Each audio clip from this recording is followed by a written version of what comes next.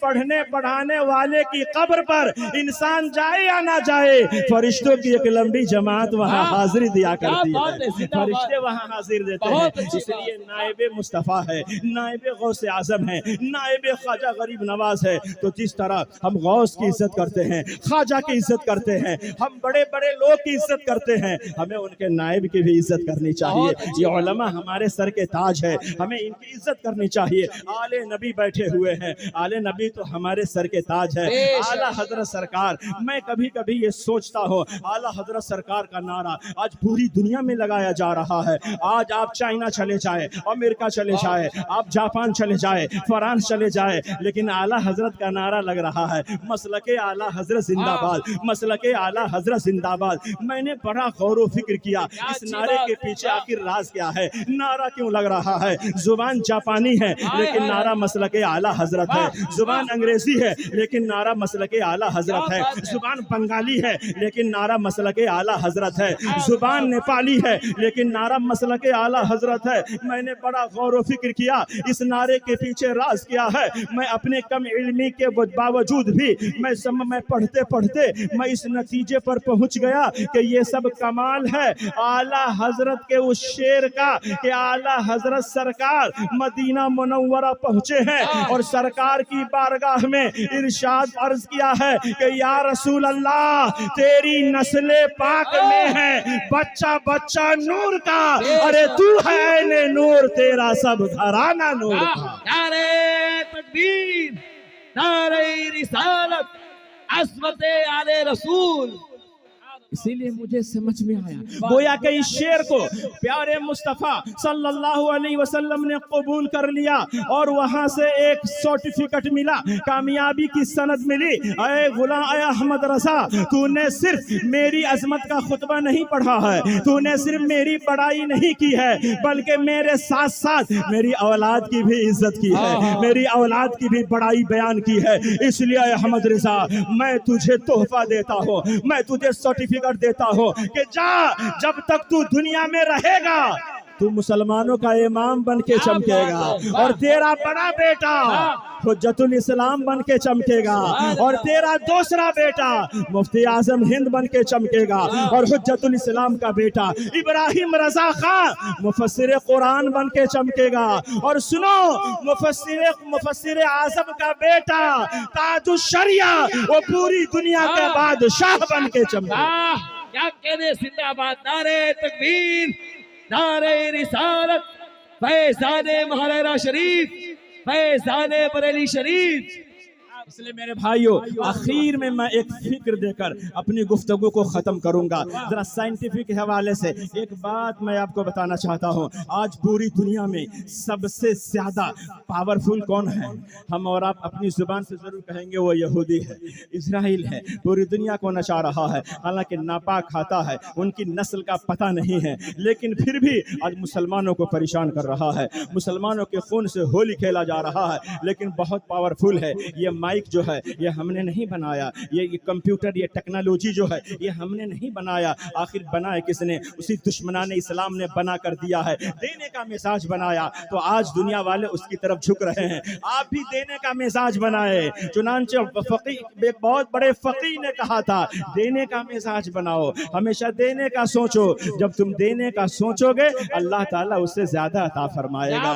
ہمیں دینے کا سوچنا چاہیے، مدرسہ ہو ہمیں اس کا امداد کرنا چاہیے، غریب ہو ہمیں اسے دینا چاہیے، کوئی بیوہ ہو اس کی کفالت کرنا چاہیے، کوئی غریب بچہ ہے فیس ادا نہیں کر سکتا ہے ہم اس کی فیس کی کفالت کریں، ہم اس بچے کی پرورش کریں، اس بچے کی تربیت کریں۔ اس لیے آج دینے کا مزاج بنائے، لینے کا مزاج کم ہونا چاہیے، دینے کا مزاج زیادہ ہونا چاہیے۔ آج پوری دنیا میں سب سے زیادہ پاورفل ہے وہ اسرائیل ہے، آج پورے امریکہ کو بھی نچا رہا ہے، سارے انسان کو نچا رہا ہے۔ ایک بہت بڑا سائنٹسٹ ہے جس کا نام ہے اسٹیفن کرلیون وہ اسرائیل گیا یہ پتہ لگانے کے لیے کہ یہاں کے بچے اتنے مائنڈیڈ کیوں ہوتے ہیں, اتنے ذہین کیوں ہوتے ہیں, کیا اسپیشل کھانا کھاتا ہے, کیا کوئی اسپیشل سلیبس چلتا ہے, پتہ لگانے کے لیے گیا آخر اتنے مائنڈیڈ کیوں ہیں. آپ کو حیرت ہوگی کہ اس نے جو فارمولا لیا ہے وہ ہم ہی سے لیا ہے, ہمارے اسلام سے لیا ہے, فالو وہ کر رہا ہے اس لیے ترقی کر رہا ہے. آپ اچھی طرح یاد رکھیے جو انسان محنت کرے گا وہی آگے بڑھتا ہوا نظر آئے گا. آج ہم بہت کہتے ہیں کہ ایک انسان ہے جو نماز بھی نہیں پڑھتا, قرآن بھی نہیں پڑھتا, مدرسے سے دشمنی, مسجد سے دشمنی, پھر بھی وہ پلاٹ پہ پلاٹ خرید رہا ہے, بلڈنگ پہ بلڈنگ بنا رہا ہے, نہ جانے کیا کیا کر رہا ہے. آپ سوچتے ہوں گے اس کی رزق کی برکت تو ختم ہو جانا چاہیے.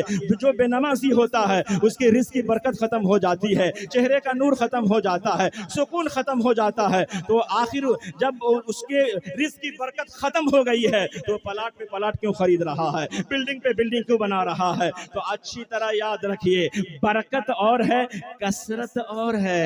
اس کے پاس کثرت ہے لیکن برکت نہیں ہے. جو انسان نماز سے دور رہے گا, ابھی شب برات آنے والی ہے, شب برات کا ہم انتظار کر رہے ہیں, نہ جانے کوئی کس شکل میں انتظار کر رہا ہے, کوئی سوچ رہا ہے شب برات جب آئے ہم اس دن رات بھر گھومیں گے, یہ پلاننگ کریں گے, یہاں جائیں گے وہاں جائیں گے. معاذ اللہ, شب برات اس لیے نہیں ہے کہ ہم ایسے ہی جاگ رات بنا لے, ادھر ادھر گھوم پھر لے, نہیں, بلکہ شب برات تو عبادت کے لیے بنائی گئی ہے, تسبیح و تحلیل کے لیے بنائی گئی ہے, ذکر و اذکار کے لیے بنائی گئی ہے. لیکن ہماری پلاننگ ہے, کسی کی اچھی پلاننگ ہوتی ہے, کسی کی بری پلاننگ ہوتی ہے. تو میں بتانا یہ چاہ رہا تھا کثرت الگ چیز ہے, برکت الگ چیز ہے. جو انسان نیک ہوتا ہے, نیکی کا کام کرتا ہے, چاہے وہ اس کے اندر مال کی کمی ہو لیکن اللہ اس میں برکت دیتا ہے. خیر میں اپنی بات کو جلدی سے بتا دوں. اسٹیفن کرلیون ہے, وہ اسرائیل گیا یہ پتہ لگانے کے لیے کہ یہاں کے لوگ مائنڈیڈ کیوں ہوتے ہیں,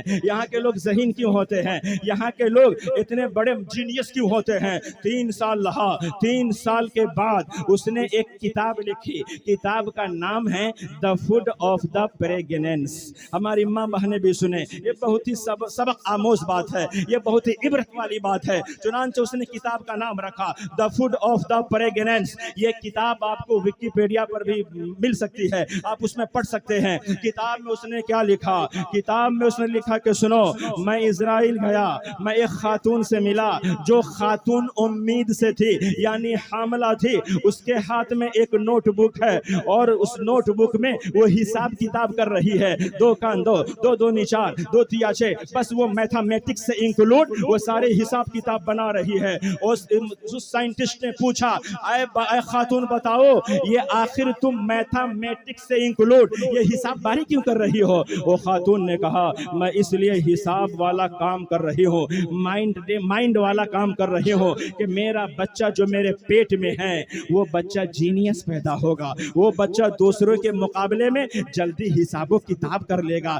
جو میں کروں گی وہ بچہ ہمارا جو پیٹ میں ہے وہ متاثر ہوگا, سبق حاصل کرے گا. کھانے میں دودھ کھاتی ہوں, مچھلی کا استعمال کرتی ہوں, کھجور کا استعمال کرتی ہوں. خیر اس نے یہ کہا یہ سب کیوں کرتی ہو, کہا اس لیے کرتی ہوں تاکہ میرا بچہ جینیس ہوگا, میرا بچہ مائنڈیڈ ہوگا, میرا بچہ بہت ہوش مند ہوگا. میں پوچھنا چاہتا ہوں کہ ماں جو حساب کتاب کر رہی ہے کیا بچہ اسے قبول کرتا ہے, کیا بچہ اسے متاثر ہوتا ہے؟ اگر آپ کا ذہن قبول نہ کرے تو ایک مثال دے کر میں آپ کو سمجھا دوں. آپ فرض کیجئے 1 سال کا بچہ ہے, ماں کی گود میں ہے. ماں نے اگر گرمی میں کوئی گرم چیز کھا لیتی ہے تو بچے کو گرمی لگ جاتی ہے. ماں اگر ٹھنڈے میں کوئی ٹھنڈی چیز پی لیتی ہے تو بچے کو ٹھنڈی ہو جاتی ہے, بچہ اس سے متاثر ہو جاتا ہے. تو ذرا اندازہ لگائیے کہ جب پیدائش کے بعد اتنا بھاری کنیکشن ہے تو پیدائش سے پہلے کتنا بھاری کنیکشن رہا ہوگا. اسی لیے اس نے کہا کہ سنو, ماں حالت حمل میں جو کرتی ہے بچہ اسے قبول کرتا ہے, بچہ اسے متاثر ہو جاتا ہے. یہ فارمولا نکالا, یہ نسخہ دنیا والوں کو دیا اور پوری دنیا میں وہ سائنٹسٹ بن گیا. لیکن یہی بات جب عارف رضا ازہری تک پہنچی تو میں نے للکار کر کے کہا اے اسٹیفن کرلیون, تو نے اسلام کو پڑھا نہیں ہے, تو نے اسلام کی اسٹڈی نہیں کی ہے, تو نے قرآن نہیں پڑھا ہے, اسلام کے بارے میں تجھے معلوم نہیں ہے. آؤ یہ فارمولا تم نے کوئی نیا نہیں دیا ہے, it is not new Discovery, یہ تمہاری نئی تحقیق نہیں ہے. آؤ ذرا اسلام کے قریب آؤ,